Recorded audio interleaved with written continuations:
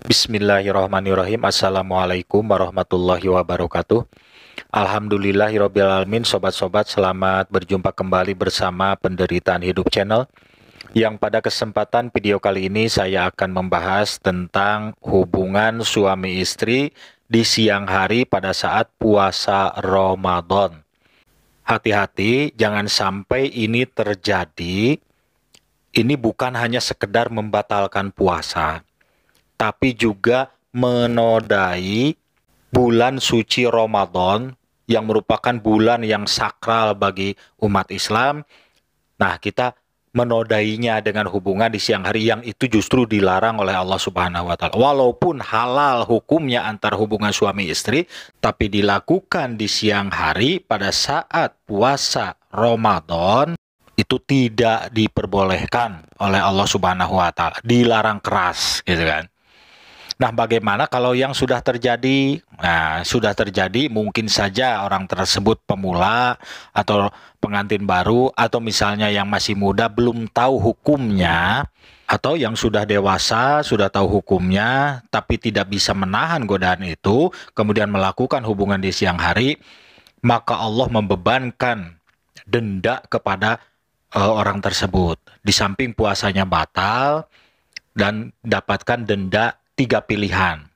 Yang pertama, silakan bebaskan budak. Mungkin di Indonesia saat ini sudah tidak ada lah perbudakan ya, atau di zaman-zaman sekarang tidak ada perbudakan. Nah, yang kedua, pilihan puasa 2 bulan berturut-turut.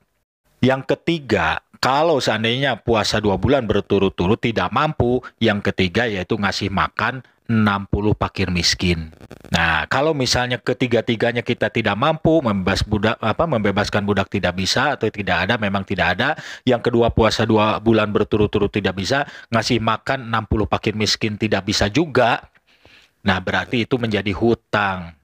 Hutang apa? Hutang si pelaku tersebut nanti kalau sudah ada, sudah mampu, sudah bisa untuk menunaikan 60 fakir miskin ini, mengasih makan 60 fakir miskin ini, bayar, tunaikan itu. Itu menjadi hutang. Denda bagi orang yang melakukan hubungan suami istri di siang hari pada saat bulan Ramadan. Tapi ingat, walaupun denda ini misalnya ada denda gitu kan, tapi bukan berarti ini dianggap enteng.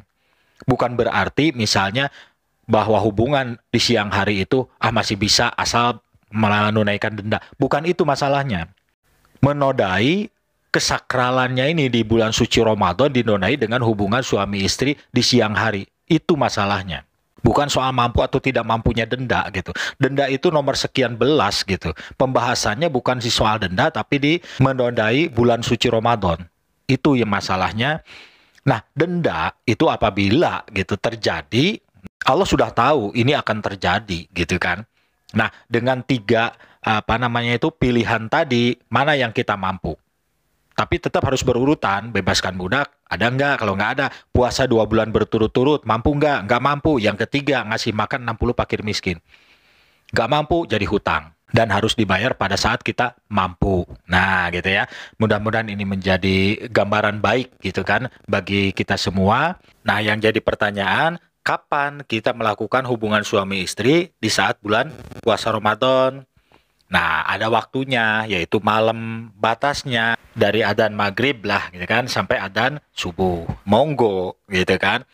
Karena Allah tidak melarang kalau di saat malam.